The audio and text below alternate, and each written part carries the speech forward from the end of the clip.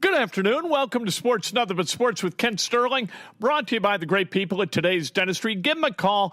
Go to the dentist. For the love of God, Dr. Mike O'Neill is the best dentist that there's ever been. He's been my dentist for the last 26 years. Call him right now, 317-849-2933. He's going to take great care of your teeth. He's friendly. He's empathetic. He's professional. He makes it comfortable for you. Love Dr. Mike O'Neill, 317-849-2933.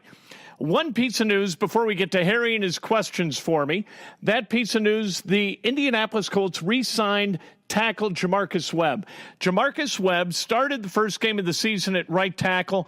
Then he went on the shelf. He went on IR, rehab throughout the season. He was around the locker room the entire year. He helped tutor Braden Smith in how to be a quality right tackle. Well, he's coming back to the Colts, and I think that that's a good thing. Tonight, we'll get to this in the questions, I think, with Harry. Pacers, Celtics, they got some guys who are going to be out tonight. Jaylen Brown, Marcus Morris, both those guys on the bench for the Boston Celtics with injuries. For the Indiana Pacers, I don't think our guy Darren Collison is going to play. The Pacers have got to be favored in this game, and you know what? A lot at stake. We'll get to that in a couple of minutes. Romeo Langford's people still talking about that, declaring for the NBA. We'll get to that too. Let's bring in Harry. Harry, how you doing? Welcome to the show. All right. Good to be with you, Ganilres. Let's get going. Number one. What team will cut down the nets at the NCAA Final Four in Minneapolis this weekend? You know, I really don't know what's going to happen, but I'll tell you this. It's not going to be Virginia, and it's not going to be Virginia over Michigan State on Monday night because I, in all of my pools, have Virginia playing against Michigan State on Monday night with Virginia winning. So you know that's not going to happen because in all my years of playing these pools, and we're going back like 35 years, I have never cashed. I have never placed in the top three of any of those pools. And so I believe because of my own track record, I'm not thinking that I'm due. I'm thinking that I'm going to lose. And in order to lose, we've got to have something other than Virginia winning that tournament over Michigan State on Monday night. Auburn against Virginia. I do think it's going to be Virginia. Then on the other side, you got Texas Tech and Michigan State. I think maybe Texas Tech wins that game. Maybe you've got Virginia over Texas Tech in the final. Wouldn't that be something to say, look, two really good defensive teams. You could make the argument that Virginia and Texas Tech are and have been, out of the 68 teams in the NCAA tournament, these two teams, the best defensive teams in the tournament. If they wind up playing in the championship game, does that change kind of the culture of college basketball from an offense-first endeavor to a defense-first deal where you've got to be great defensively or coaches are going to believe that in order to contend for a national championship? Going to be a great day of basketball tomorrow in Minneapolis, and then Monday night is kind of anticlimactic to me, right? Because in the beginning, you've got 64 teams on that first Thursday. So you've got 16 games Thursday, 16 games Friday. It's Camp Run Amok. You've got upsets all over the place. And then over the weekend, you've got 8 on Saturday, 8 on Sunday. That's where the real fun lies. Once you get to Monday night, you know, in these survive and advance type tournaments, these single elimination deals, the end of the deal, that championship game, is really the least interesting to me of them because the entirety of this tournament is about surviving and advancing, and after Monday night, there is nothing to survive toward and nothing to advance toward. And so Monday night, to me, is kind of a celebration without a loser, if that makes sense. Now, for me, if it's Virginia and Michigan State, despite my allegiance to Tom Izzo and Dane Fife and all that is Michigan State basketball, I got to tell you, I got to be a little bit pragmatic and root for Virginia. All right, you smart aleck. Good answer. Number two, did Romeo Langford make the right decision jumping from Indiana University to the NBA? Yeah, of course Romeo made the right decision. What the hell other decision is he going to make? He's going to go back to school and make no money instead of coming out, doing the same thing, playing basketball professionally and making $7 million guaranteed over his first 2 years if the scouts are correct and the people who put together the mock drafts are correct, and he's selected 11th overall in the NBA draft? Are you kidding me? Do you leave, if you were a student, an ordinary college student, and you lived in Briscoe for a year at Indiana University, like I did, like many did, and at the end of your freshman year, somebody said, listen, I want to pay you $3.5 million a year for 2 years to leave college and do something that you wanted to do in the first place, I'm in. I say, yes, please. I'll take your $7 million and then the promise of wealth beyond that, right? Because what Romeo would make over the last 2 years of his first-round deal, if the team exercises its option, and they almost always do, he's going to make another $9 million over the next 2 years, and I'm all in. I know that you shouldn't just go to college in order to make a lot of money, but if you can make this level of money, Romeo's from New Albany, all right? And Romeo's family's economics aside, look, New Albany doesn't have anybody in it, I don't believe, who's worth $7 million. So Romeo is entering rarefied air by the time he turns 21 years old by making this decision. Now, I know it's really fun to go to college. I know it's fun to play college basketball. It's all good, and it's a great, rewarding experience, and getting an education is wonderful. And maybe Romeo, as a 19-year-old, isn't ready to jump into professional basketball and play that man-ass style of basketball. Maybe that's the case. But you know what? Is it worth $7 million of somebody else's money to find out? You bet your ass it is. Romeo Langford is doing exactly the right thing, and anyone being critical of that decision is out of his or her mind. Whether it helps Indiana University's basketball program or not, that's none of our business. This is a Romeo Langford decision. He's been good for Indiana basketball. Indiana basketball and Indiana University have been good for him. I applaud the decision. It's the only decision that makes any level of sense whatsoever. You know, I think we're in complete agreement there, Ganilrez. $7 million is a lot of cashola. At any rate, number 3, are the Cubs really as bad as they've looked in compiling their 1-5 record? You know, 1-5 at this point. It projects to about 30 wins during the regular season. I don't think the Cubs are going to win 30 games this regular season, but I'm telling you, being 1-5 right now and heading to Milwaukee this weekend to play a Brewers team that at this point is 6-1, you know what? There is a chance that the Cubs are going to leave Milwaukee on Sunday and they could be 1-8. You know what? 7 under 500 at any point in the season, even at this point, that's not a good thing. The bullpen has stunk. The starting rotation has not been very good. The offense last night was absolutely terrible in that 9-4 loss to the Atlanta Braves. The Braves, you know what? They're not great. And they made the Cubs look terrible during that 3-game sweep. And I am not optimistic as to what the Cubs are going to be this weekend. I think they've gotten arrogant, and I think through that arrogance, there has come a malaise, and through that malaise has come abject mediocrity.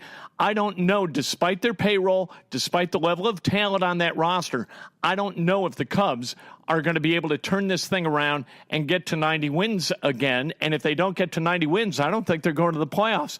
The Cubs right now, they seem to be a team in transition. I'm telling you, success is sometimes the quickest road to failure, if that makes any sense at all. When they won the World Championship in 2016, you know what? A malaise set in on the north side of Chicago that was also accompanied by hubris and by greed. Tom Ricketts and the Ricketts family, as stewards of that franchise, have shown themselves to be exceptionally greedy. They are trying to pry every dollar that they can out of the wallets of people, fans, who love the Chicago Cubs. And I say shame on them because that's not the heritage of that team and that franchise. It has almost never been run like a business, and that has been the biggest criticism of the Chicago Cubs, that it's a business that was being run like a public trust. And what I think has happened as a result of that is the fans have kind of unplugged to an extent, and they don't like the way this thing is rolled. And I think that that's a shame. I don't think that Theo Epstein is an arrogant guy. I think he's a really smart guy, but I do think that Tom Ricketts is arrogant, and the guys who run the business end of the Chicago Cubs have exercised an amount of greed that I think is frankly unhealthy for the health of that franchise. Yeah, I don't see this ending well either, Ganilred. At any rate, number 4. Is tonight's game between the Pacers and the Celtics going to determine who wins the first round series between those same two teams? That game, by the way, tonight at Bankers Life Fieldhouse. I think it is, because if the Pacers win this game, they got 2 games left. They'll take a 1-game lead over the Celtics, and then they've got games against the Nets on Sunday at Bankers Life Fieldhouse, and then they wrap up the season with a road game at Atlanta. I think that the Pacers are going to win both those games. So if they win tonight, I think that they're going to wrestle that number 4 seed away from the Boston Celtics and secure home court advantage through that first round of the playoffs. Now, what the Celtics have, they got a game at home against Orlando and then a game at Washington on Tuesday night. This sets up in an interesting way for the Pacers for the following reason. The Pacers might absolutely know for a fact going into that game at Atlanta whether they're going to be the 4 or the 5 seed, which means they're going to be able to rest guys, and I think that that's going to be important going into that series against the Celtics, because the Celtics close the season on Tuesday. They are likely not to have that luxury. So this is kind of advantage Pacers. The Pacers, I think they're going to beat the Nets on Sunday night. And then Atlanta, they're not very good. They're not in the playoff hunt. They're trying to sink to the bottom, or have tried to sink to the bottom, in order to move up in the lottery. I think that the Pacers, if they win tonight, they win out. So if they win tonight, they are going to take that number 4 seed. Now, if they lose, then the Celtics, not only will they have a 1-game advantage, they're going to have a stranglehold on the tiebreaker, because they will have won more games against the Pacers than the Pacers have won. And so that'll be the tiebreaker. And then if they win out, or even if they lose 1 game, they are locked in to that 4 seed. So I think it's virtually impossible for the team who loses tonight to wind up being the 4 seed. I think tonight is that kind of important game. I think it's critical for the Indiana Pacers to win this thing, because we saw last year what happened. That opening round series against the Cleveland Cavaliers, the Pacers, they had a shot to win that thing. And if that final game, if that Game 7 had been played at Bankers Life Fieldhouse, I think the Pacers win it. So this game tonight, absolutely critical. And I think you're going to see both teams kind of throw down as though it's a playoff game. And I think it's going to be a playoff atmosphere. And I think it's advantage Pacers. Yeah, the Pacers better win this one if those guys are going to be on the bench, right? Brown and Morris are integral to the success of the Celtics. Number 5, should the graduate eligible transfer rule be changed to make it more difficult for players to bounce from one program to the other? I don't even know what that question means. Tell you the truth. What say you, Ganilreds? Absolutely. I think the rule as written right now is really, really good for college basketball. I think it's good for the kids. I think it allows them to go kind of, you make that decision where you're going to go to school as an 18-year-old. You do it with your family, maybe some advisors, whatever, your network of people that you trust, and then you go to that school.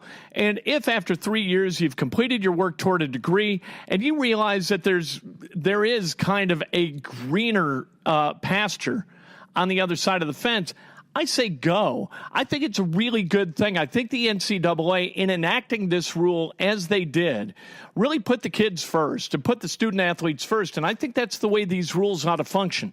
If you take that latitude away from kids with the proposal that is being considered right now and is going to be voted on a little later this month, where kids would still be able to graduate or be a grad transfer and be eligible immediately, but if they don't complete work toward that advanced degree while they're on scholarship with that new school, then the school is docked a scholarship for that following year.